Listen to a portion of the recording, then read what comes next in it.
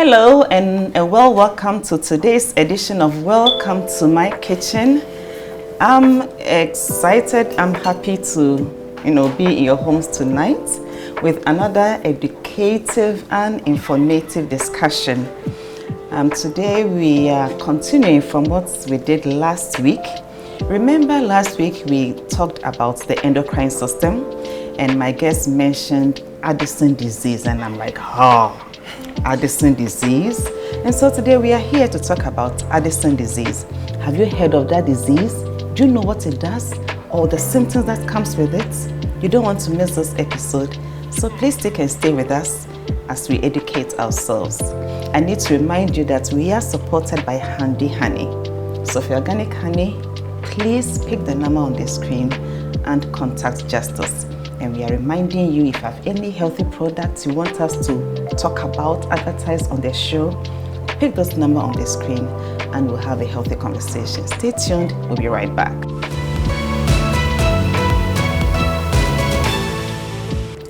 Welcome back. So I had to bring my resource person back to talk to us about Addison's disease. Sir, welcome. Thank you. How are you doing? I'm doing well by grace. Healthy? Yeah. Your endocrine system is working? Working very well. Positive symptoms and signals? Exactly. Nice to have you. Thank you. Nice to have you back. Yeah. I had to bring you back because during our discussion last week, you mentioned Addison's disease. And I said, Addison is supposed to be a human being's name. Where is this disease also coming from? So I had to quickly go do some research and I said, I need to bring you back. I need to bring you back to teach us, educate us on this Addison's disease. What is it? Yeah, so basically one may say it is just primary adrenal insufficiency. Okay, so before we go into that, was it named after somebody? Yeah, the researchers and all that. They normally name the diseases Thomas Addison. Yes. So the name is Addison's disease. Yes, Addison's disease. Because I'm going to research and I'm going to bring out a disease and it's going to be Hammond's. That's just by the way. Anyway, so what is this disease all about? Yeah, so it is adrenal insufficiency. You remember the other time I was talking about the endocrine system and I mentioned some glands. The main gland that is responsible for this disease is the adrenal gland. And this adrenal gland is on top of the kidneys. So there are two, right? Adrenal gland has different parts. We have the outer part called the cortex. So the cortex of the adrenal gland produces some hormones. Yeah, cortisol and then aldosterone. These two hormones. Okay, can we break it down for a layman to understand this cortisol and all that? And all these things. Okay, so let me just say that these glands produce some chemicals in the layman's term. And these chemicals control certain activities in the body. For instance, the aldosterone, even though it's big, is just maintaining sodium, potassium, and water balance in the body. So if your blood pressure is fine, you have enough water in your system, it means that the body is making sure that the water is not just passed out through the kidneys. Okay. So at a point in time, this hormone will be released and it will tell the kidney that, hold on, retain some sodium. And wherever there's sodium, there's water. And so water will be retained in the system. If this gland is not producing this particular hormone, then the sodium will just be passing out through the kidney. Wow. Yeah, and so you realize that one of the symptoms of Addison's disease is salt craving. Salt craving? Oh, you mean people crave for salt? Yes. So it's not normal that you are there one day and then every day you just want to be licking salt. You are lacking certain things in the body and that is why you are doing that. So it retains this sodium. And so when the hormones are down, then the balance is also disrupted. Now the cortisol helps the body to react to some stresses. Like let's say you have been through a surgery, it's a stress on the body and all that. So cortisol is released to kind of maintain that level and help the body deal with stress, right? And so anytime these hormones are down, then we have a condition called Addison's disease. Yeah. So what is the main cause of the disease? Yeah. What is the main cause? Yeah. So the question is, why are we getting low levels of this hormone? Yeah. Okay. So one is the major thing, about 70% of the cases is because of autoimmune disease. So that the adrenal gland is producing the hormones, but your body's immune system is destroying the hormones. Attacking those hormones? Yes. Why? Yeah, so the immune system is designed to kind of clear foreign materials that are harmful to the body out of the body. It gets to a point where the immune system can be confused and be attacking its own self. So the good cells in the body, the good hormones, the immune system is now attacking it. And it's all because of you not being healthy. Yeah. I'm a little bit confused. I guess you had to, right? Yeah. But just that. So the immune system will be there and then will decide to, misbehave. Yeah, so autoimmune diseases also have their own causes. Okay. Right. And then they will now start attacking the body's cells. Inflammation and things like that happening. Okay. And it's because certain things are lacking in your body, which we may discuss later on. Another cause is cancer, to the adrenal gland. Okay. Yeah. And so there are some cancers that occur and we have to surgically remove the adrenal gland. Then you are now lacking the gland, and so you need artificial replacement of those hormones. So like you're going to be on medication for the rest of your life? Yes. And then we have hemorrhages in the adrenal gland that can also cause an insufficiency of this gland. And then some infections of the adrenal gland can also cause this. I see. So what are some of the symptoms that when you get... You would start in? I already mentioned salt craving. Yeah, so you are craving for salt always, and then you have to look at it, maybe go to the hospital. The major sign is hypotension. Hypo? Yeah, so your blood pressure is low. Yeah, because the salt is just leaving, water is leaving, and so the pressure is low. Yeah. And it comes with body weakness, muscle pain, joint pain, abdominal pain, vomiting, diarrhea. So all these symptoms will follow. Also, you can have thickening of the skin. Yeah, and hyperpigmentation of the skin. And it is because of a process we call the negative feedback not working. So there's a hormone in the brain that is produced from the brain, pituitary gland, that is now telling the adrenal gland to produce more of the adrenal hormones, right? Now, the hormone is being produced, but the body is destroying it, and it appears it's not enough. So the gland is telling the brain to produce more of the hormone. That would now affect the adrenal gland. So we now have high levels of that hormone, and it is causing other problems.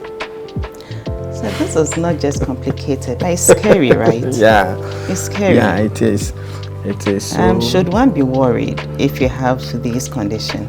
Yeah, you should be. It can result in death if it is not taken care of. Fortunately for us here in Africa, we don't normally get those diseases. Yeah. And it's not a common condition. Okay. It's a very rare condition, so don't be scared.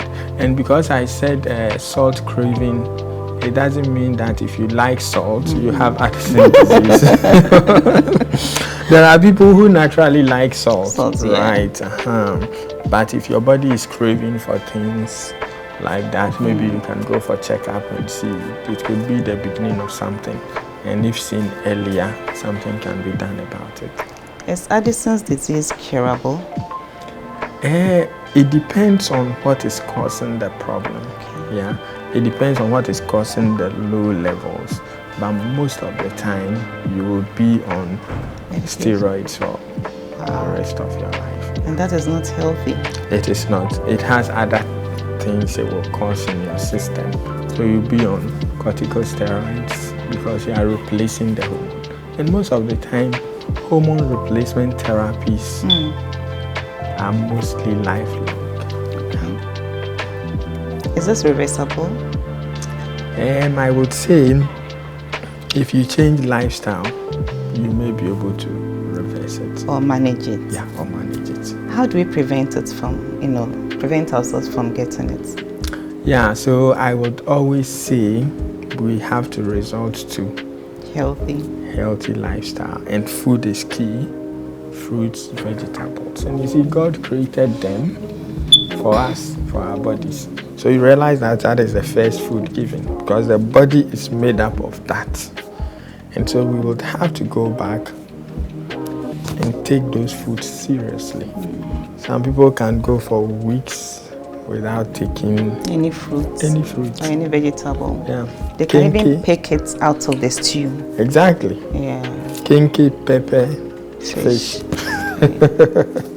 Yeah, and so I think we would have to go back and then look at it. These diseases are rare and strange. The autoimmune diseases, sometimes they would investigate for a long time. They are not, some are even idiopathic. We can't even find the cause, right? But in my research, I came across this data that suggested to me that we have these conditions here in Ghana, just that we don't have the data on them. Exactly. We experience all these symptoms, we walk around with all these symptoms, we go to various churches for prayers because we can't seem to get, healing. And so resort to all kinds of ways to. Yeah. But because we don't have data on these, we assume that they are not common here in Ghana, but it is because we have gradually imported, certain lifestyles from elsewhere, and already we are not the healthy eating type. We are the banku and the fufu and the type. And so when we add those lifestyles to it, then we rather multiply our woes. And so, on the contrary, they are here. I think so. The data is not showing, so we might think. I think so. So we've come to the end of this section of our education. Addison's disease is, what condition is it again? Yeah, adrenal insufficiency. Adrenal insufficiency. The best way out to prevent, to manage, to reverse healthy lifestyle. Eat healthy. Make a conscious effort to eat fruits. Conscious effort to eat vegetables, whole grains, exercise, drink lots of healthy water, good water, and supplement it with some herbal teas like akokomesa, green tea, even avocado leaves tea. All these are healthy teas that we can incorporate into our daily lifestyle and hopefully reverse and manage certain conditions. And so come with me into my kitchen. I'm going to put together some fruits and vegetables and prepare a healthy smoothie for a healthy adrenal gland. Stay tuned.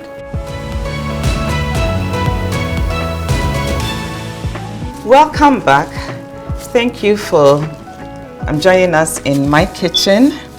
We are here to put together these ingredients lined up here and into a smoothie, a healthy smoothie to help us reverse, manage Addison's disease. Yeah. And so we have mango, avocado, apple, cayenne pepper, turmeric, spinach, and ginger. my resource person, who will take us through the health benefits of these whilst I work on the ingredients. Yeah. So I'm starting with mango. Mango. Mango is in season now. Yeah. Amazingly, all the ingredients are antioxidants and anti-inflammatory. The mango actually has some chemicals in it called the magniferons, which has antioxidative properties.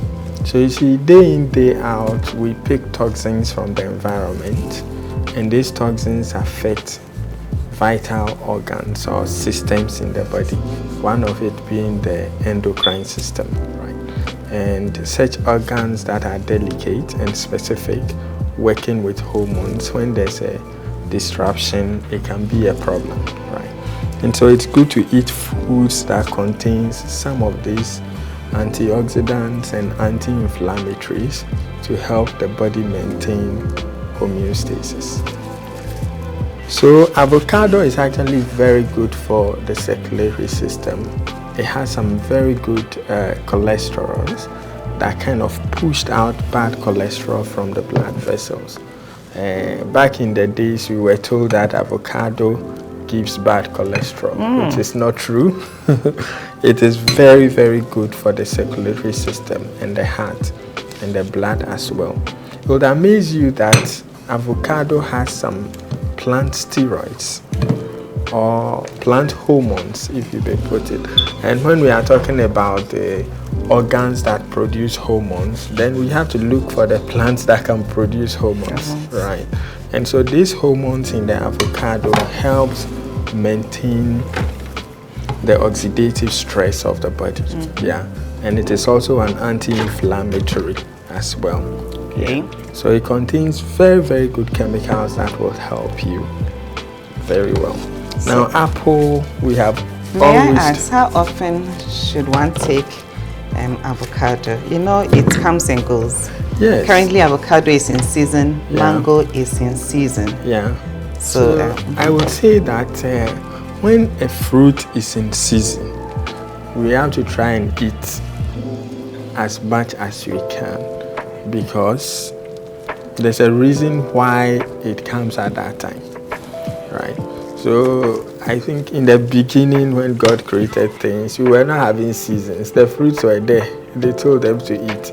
But because of sin, we have seasons. And so when it comes, God knows why it has come at that season. And so try and eat some. Don't say, I don't like avocado. It has come for you. So as much as possible, eat a lot of it. There's nothing like overdose. Hey. Unless you are being a gluten. Are you telling me a diabetic can feast on mango? Like, because you know mangoes are very high in the glycemic index. Yeah, so the nutritionist will tell you that some of the foods that are high in sugar, you need to reduce it. So if you don't have any condition that is preventing you from taking a particular plant or food, I would advise that you take it. Thank you for the clarification. Yeah, you take Else a lot. my Some people are also allergic to certain things, so they have to take caution. If you're allergic to it, you also have to look at it before you take it. But you don't have any of these things and it comes, please eat. Eat as much as you can. Yeah, it's very good for you. Then our apples. Again, we have talked about apples on this show time and over again. Apples are very good antioxidants as well. And I always say that they look acidic when you taste it, but when it gets into the body, it becomes an alkaline. And so it has a way of alkalinizing the system. The more alkalinized your system is, the less oxidative stress you have. Yeah. The less stress you have, the less inflammatory processes that are going on. And so the combination, the mango, avocado, apple, would help maintain that oxidative stress level, help maintain the inflammatory processes that are going on so that they don't skyrocket, and it will keep your body balanced. When your body is balanced, you are taking care of some of these hormonal diseases because your homeostasis is also in place.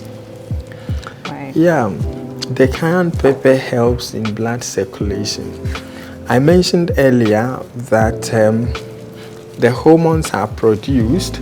They don't have, travel channels like the nervous system where impulses are just running along some nerve fibers. They are transported through the circulatory system. And so if your blood circulation is not good, then your transport of these hormones to their target organs can become a problem. Yeah. So cayenne pepper is going to help you get a very good circulation, right? And again, it's also an antioxidant as well. Turmeric also has a lot of phytochemicals, which really helps your body system.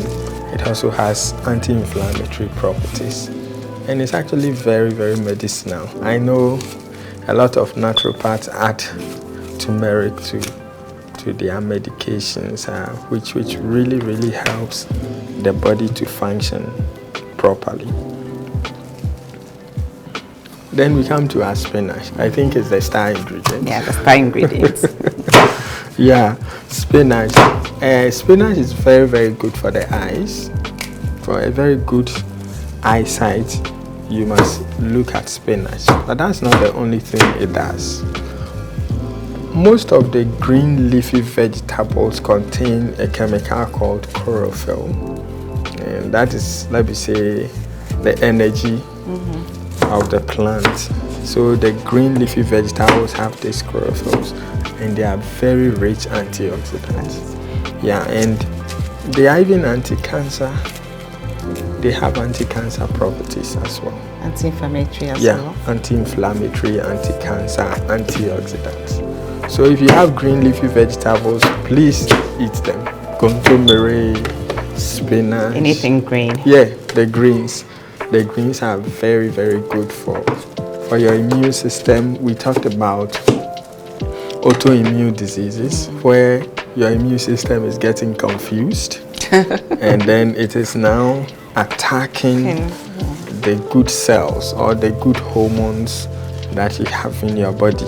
If you want to maintain a healthy immune system, so the immune system will not start attacking your body cells, then you take the green leafy vegetables seriously. And one of it is spinach, which is very good. In our last episode, we talked about ginger. Yeah, ginger also being an anti-inflammatory. It's used in a lot of, medications. Even common cold, you can use ginger. Stomach upset, you can use ginger. Nausea. So you eat and you feel like vomiting always, you can use ginger. And it has some chemicals in it that helps you do some of these things. Yeah. So I would say God created all these plants, vegetables, roots and all that. Gave it to man to be healing for man. Yeah. And so it's not always the fried, highly processed that shows that you are living healthy. You may be doing the opposite. There are people who think that the more sophisticated the diet is, highly processed it means they are living good, which is not true. Your health depends on some of these, minor ingredients that will help you a lot. So in the blender, we have the chopped mango, chopped avocado, apple, spinach, ginger. We are adding a teaspoon of turmeric, just a teaspoon of turmeric. This is for 3 to 4 servings, and a teaspoon of the cayenne pepper. Remember what the doctor said about its importance and its health benefits. And so we are putting all these together. We add just about 150 ml of water. This is a smoothie, not juice. So we add just a little 150 ml water to make it easy to blend, and we are good.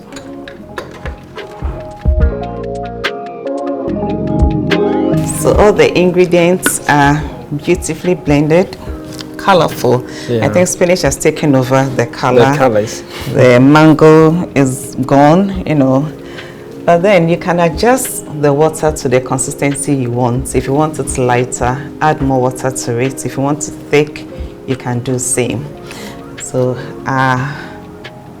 Addison preventive smoothie is ready.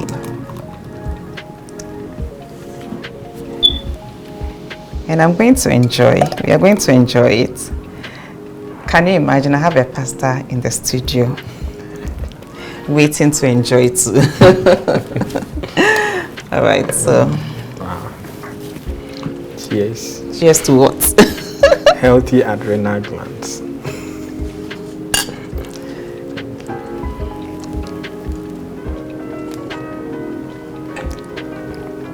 You like it? Yeah, very nice.